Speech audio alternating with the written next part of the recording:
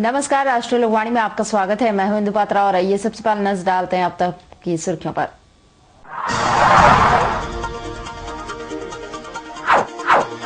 सीताराम डेरा थाना क्षेत्र में व्यक्ति ने फांसी लगाकर की आत्महत्या।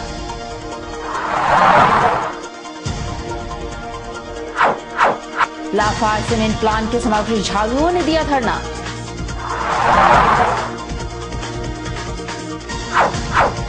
और गिर पड़ा एमजीएम अस्पताल का दीवार, मरीज है भयभीत।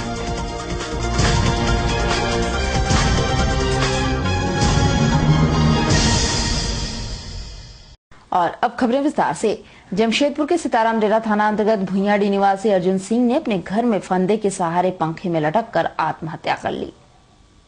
घटना की सूचना घर वालों को लगते ही घर वालों ने कमरे के दरवाजे को खोलने का प्रयास किया, जिसके बाद दरवाजे को तोड़कर कमरे के भीतर प्रवेश कर देखा है कि अर्जुन सिंह ने फांसी लगाकर आत्महत्या कर ली। इसके बाद घटना की सूचना पुलिस को दी गई। बताया जाता है कि अर्जुन सिंह पिछले लगभग 1 वर्ष से कोई काम नहीं कर रहा था और इस कारण से वह मानसिक रूप से परेशान हो गया था। घटनास्थल पर पहुंची पुलिस ने शव को अपने कब्जे में लेकर पोस्टमार्टम के लिए भेज दिया है और मामले की गहन जाँच की जा रही है। घटना के विषय में तब हम मैंने कोई दूसरा आदमी सूचना दिया, सूचना देने के आधार पर हम यहाँ अपना चेक किए। क्या सूचना मिला? 23 नंबर क्वार्टर में हाँ एक रूम में बंद है, बोल रहा है दरवाज़ा नहीं खुल रहा है, जाइए आप देख के आइए। बस इतना ही तो हमको सूचना मिला। उसके बाद अभी वह मैंने रूम में अपना फांसी लगा के बाल बच्चे उसके 4 को, 1 लड़का 3 लड़की। और उधर जो बेड़ा लाफार्ज सीमेंट प्लांट के समक्ष झारखंड विकास मोर्चा द्वारा ग्रामीणों के साथ महाधरना दिया गया। धरना पर पार्टी के नेता और कार्यकर्ताओं को केंद्रीय सचिव दुलाल भुइयां द्वारा नेतृत्व हुआ। इस दौरान इनका कहना था कि सीमेंट प्लांट और पावर प्लांट से निष्कासित दूषित पानी आसपास के क्षेत्रों में बहता है, जिससे कृषि पर बुरा असर पड़ रहा है। साथ ही चापा नल और कुआं का भी पानी पर भी असर हो रहा है। पूर्व में कई बार लिखित जानकारी प्रबंधन को दी गई, लेकिन कोई कार्रवाई नहीं हुई। 1 सप्ताह के अंदर सुधार अगर नहीं होता है तो इस मामले को लेकर उपायुक्त कार्यालय के समक्ष ये लोग धरना देंगे। मांग है आज महाधरना में कि खेत में जो जहरीला पानी जा रहा है कंपनी का, सीमेंट प्लांट का, पावर प्लांट का, उसको अविलंब अपना ड्रेनेज बना करके, सीवेज लाइन बना करके उस पानी को निकासी करे और फिल्टर करके उसको भेजे। कंपनी अपना खेत में खुलेआम ना दे। इसी का विरोध में झारखंड विकास मोर्चा ने आज महाधरना का हम लोग कार्यक्रम किए हैं।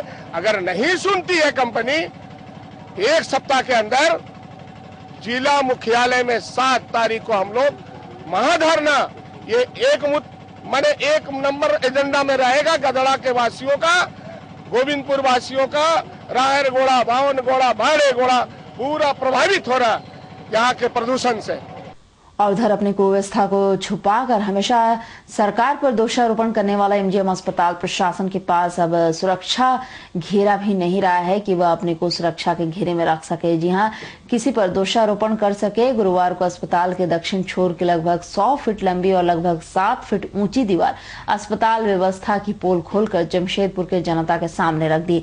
यह दीवार लाखों की रकम से 3 वर्ष पूर्व बनाया गया था। यह दीवार लोगों को चेतावनी दे रहा है कि यदि आप अस्पताल जाएं तो अपने जीवन का बीमा करा कर जाएं, क्योंकि पूरे अस्पताल भवन का यही हाल है। लेकिन जब अस्पताल प्रशासन से इसकी बात की जाती है तो सरकार पर बात को ठेलते हुए बात को टरका देते हैं। जो भी अस्पताल का यह दृश्य देखकर ये साफ हो गया है कि अस्पताल में जो भी व्यवस्था की जाती है वह सौदा सुविधा के लिए भी नहीं, केवल सौदा के लिए की जाती है। झारखंड राज्य पथ परिवहन का खास्ता हाल सरकारी बेरुखी के कारण परिवहन कर्मचारी भूखेमरी के कगार पर हैं। देखते हैं इस खास रिपोर्ट में। पिछले 8 महीनों से वेतन नहीं मिलने के कारण इस विभाग के कर्मचारियों का पूरा परिवार भूखमरी के कगार पर आ गया है। इतना ही नहीं, मजे की बात यह है कि इस कर्मचारियों को आज भी 1986 वर्ष के वेतनमान के आधार पर वेतन का भुगतान हो रहा था, जबकि प्रदेश में 6ठा वेतन मान लागू हो चुका है। बात यहीं खत्म नहीं होती, बल्कि सरकार के बेरुखी के कारण झारखंड राज्य पथ परिवहन की सभी बसें कंडम होकर गैरेज में पड़ी हुई हैं। वहीं आपको बता दें कि सरकारी बसों के नहीं चलने के कारण लोगों को प्राइवेट बसों के मनमाने भाड़े के कारण प्रतिदिन 2-4 होना पड़ता है, लेकिन इससे ना तो सरकार को कोई फर्क पड़ता है और ना ही सरकारी अधिकारियों को। राजस्व को तो क्षति हो ही रहा है, पब्लिक को भी हरासमेंट हो रहा है इसके लिए कि सरकारी बसें बंद है बोल के, इसीलिए यहाँ का स्टाफ भी यहाँ आके घूम जा रहा और कोई तरह का ना यहाँ का जनता का आदेश है ना कोई जनता भी सचेतन है कि यहाँ का ट्रांसपोर्ट बस चले। क्या मानते हैं इसको? हाँ, प्राइवेट बस तो अपना मन मर्जी चलाएगा ही। बिहार से अलग होने के 14 वर्षों के बाद भी अब तक सरकार द्वारा निगम का गठन नहीं किया गया, जिसके कारण झारखंड राज्य पथ परिवहन से जुड़े 250 कर्मचारी आज भूखमरी के कगार पर हैं, लेकिन इनकी सुनने वाला कोई भी नहीं है। अलग राज्य बनने के बाद झारखंड राज्य पथ परिवहन में 1129 कर्मचारी झारखंड में आए और लगभग 106 बसें उन्हें मिली। सरकारी अधिकारियों की लापरवाही के कारण तमाम बसें झारखंड राज्य पथ परिवहन के बस डिपो पर कंडम खड़ी हैं। झारखंड में सबसे ज्यादा 130 कर्मचारी जमशेदपुर में पदस्थापित हैं। जमशेदपुर में पदस्थापित कई कर्मचारी जो सेवानिवृत्त हो गए हैं, उनका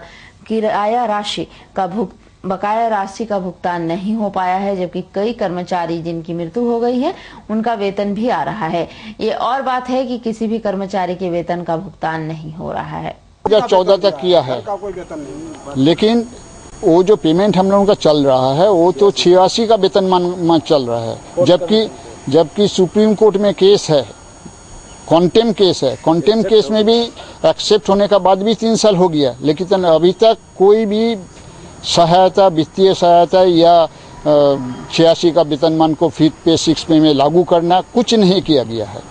ये जो पेमेंट 52 आदमी को किया जा रहा है वो भी सरासर गलत है, क्योंकि उसमें क्या है कि नवंबर 2013 में जो आदमी मर चुका है उसका बाद भी उसका पेमेंट आ रहा। जो आदमी 15 दिन नवंबर में काम किया था, दिसंबर में पूरा काम किया, जनवरी में पूरा काम किया, लेकिन वो नवंबर का पेमेंट 15 दिन का हिसाब से फरवरी तक 15 दिन का पेमेंट ही उसका आ रहा। इसका कोई नियुक्ति का क्या बात है? अभी तो उसका रिटायर होने का एज है, ये तो नया नियुक्ति का कोई सवाल नहीं है। हाँ, नॉन मैट्रिक वाले तो था ही, आगे पहले से ही था। झारखंड राज्य का राज्य परिवहन एक आवश्यक सेवा में मानी जाती है और ऑल ओवर इंडिया में सभी जगह स्टेट ट्रांसपोर्ट चल रही है और यह प्रदेश तो जंगल, पहाड़, नदियों से भरा हुआ है, रेल सुविधा नहीं है। इस दृष्टिकोण से आम जनता की, गरीब जनता की सुविधा के लिए राज्य पथ परिवहन निगम अत्यावश्यक है। इसलिए सरकार को इस पर विचार करना चाहिए।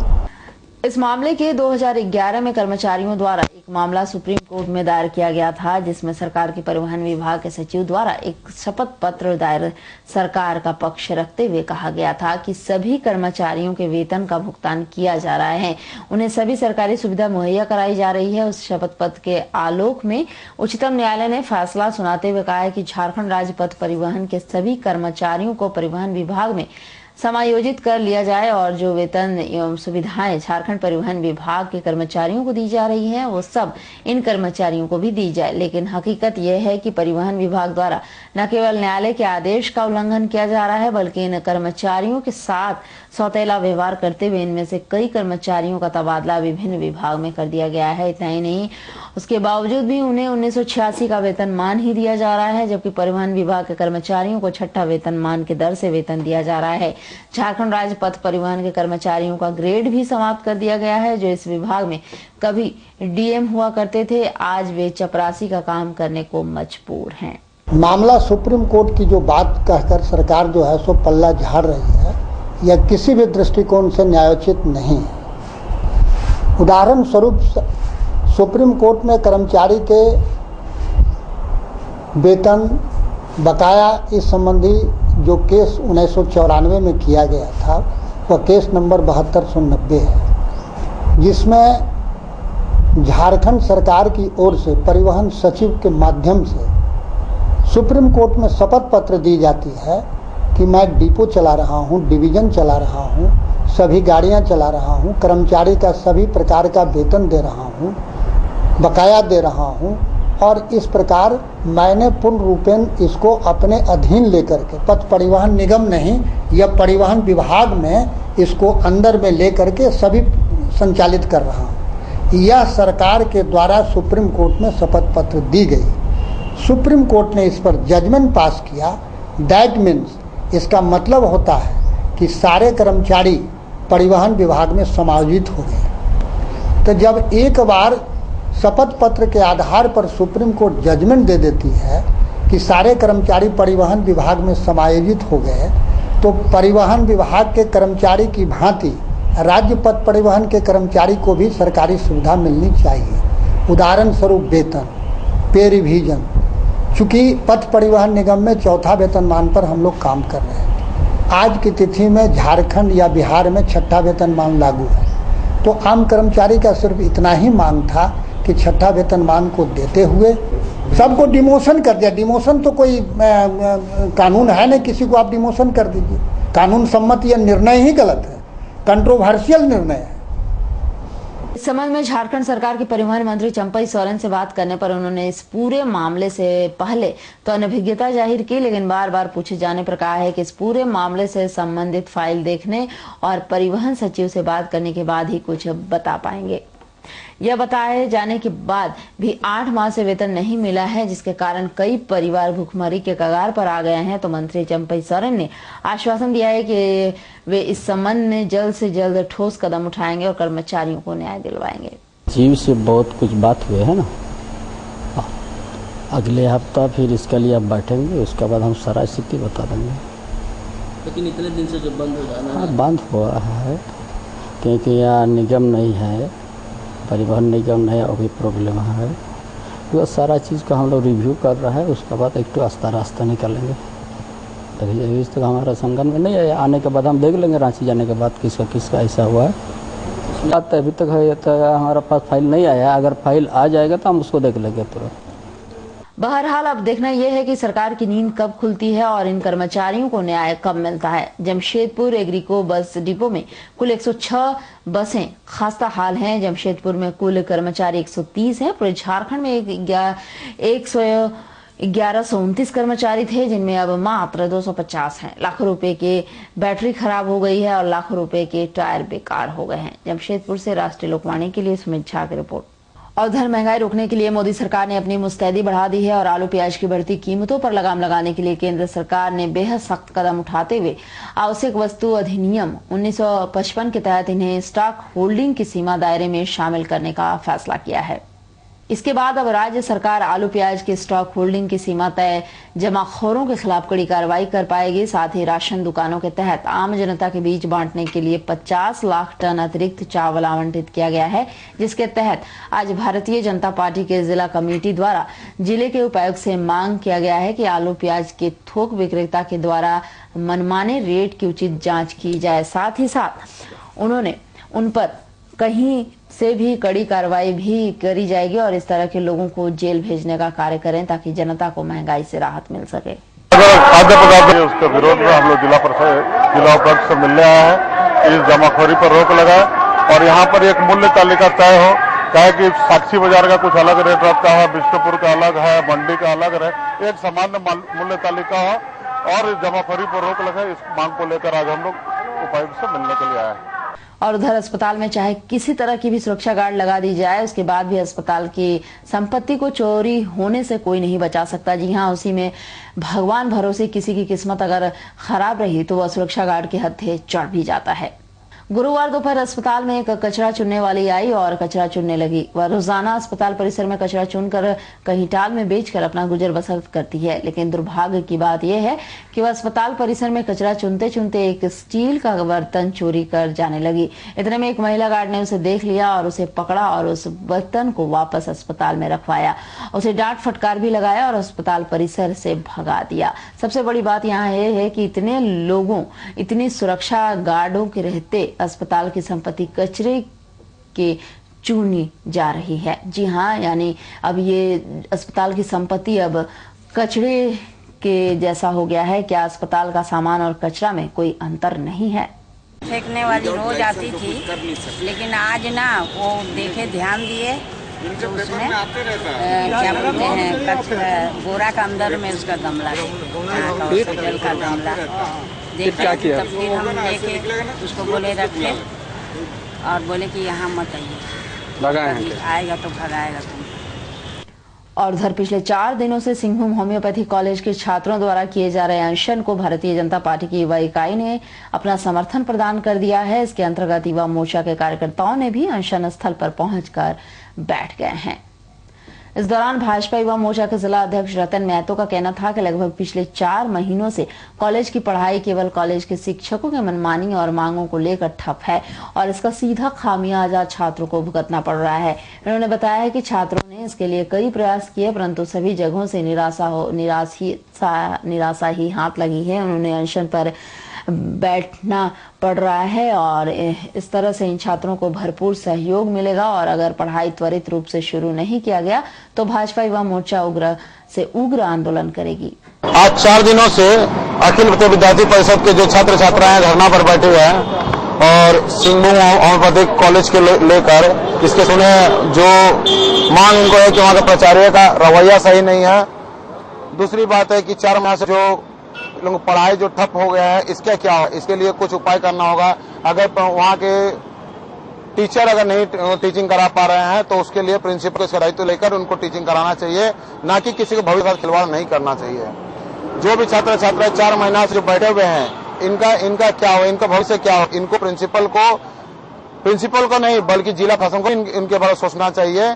और हम अभी एसडीओ साहब बात की कि इस मैटर में क्या बात हुई तो एसडीओ साहब ने मुझे कहा कि आप आइए, आपसे मैं बात करूंगा इस मैटर में और सारे विषय को। मैं एसडीओ साहब को शायद इन लोगों जानकारी पहले भी दिए हुए हैं, अभी मैं जाकर बातचीत करके उसके बाद क्या बात होता है इन लोगों को आके जरूर मैं कहूंगा।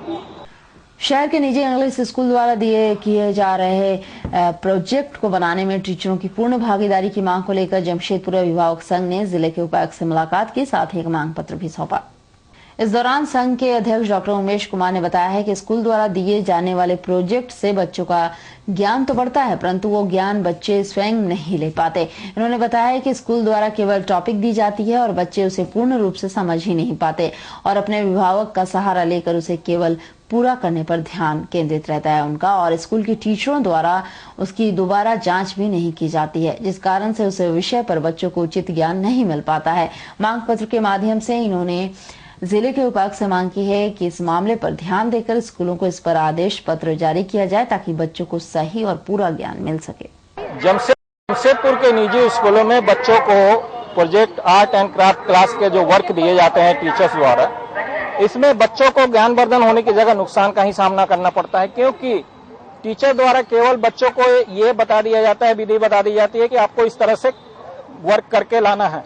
बच्चे ने कितना समझा कितना नहीं समझा इसके बारे में टीचर द्वारा ना जानने की दोबारा कोशिश की जाती है, ना इसके बारे में ये समझने की कोशिश की जाती है कि जो बच्चे ने सबमिट किया है वर्क उसमें अपनी कितनी सूझबूझ का प्रयोग किया है।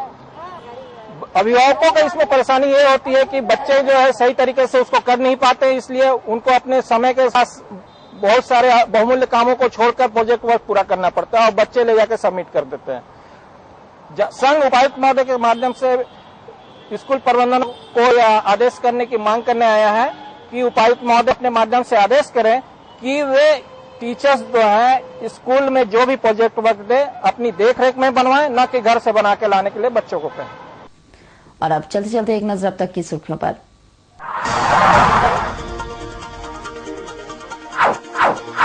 सीताराम डेरा थाना क्षेत्र में व्यक्ति ने फांसी लगाकर की आत्महत्या।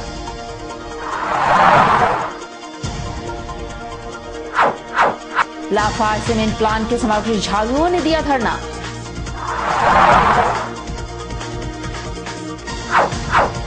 और गिर पड़ा एमजीएम अस्पताल का दीवार, मरीज हैं भयभीत। जानकारी के लिए आप लॉग इन कर सकते हैं www.rashtriyalokwani.com। तो आज के लिए बस इतना ही, कल मिलेंगे नई खबरों के साथ, तब तक के लिए राष्ट्रीय लोकवाणी टीम की ओर से नमस्कार।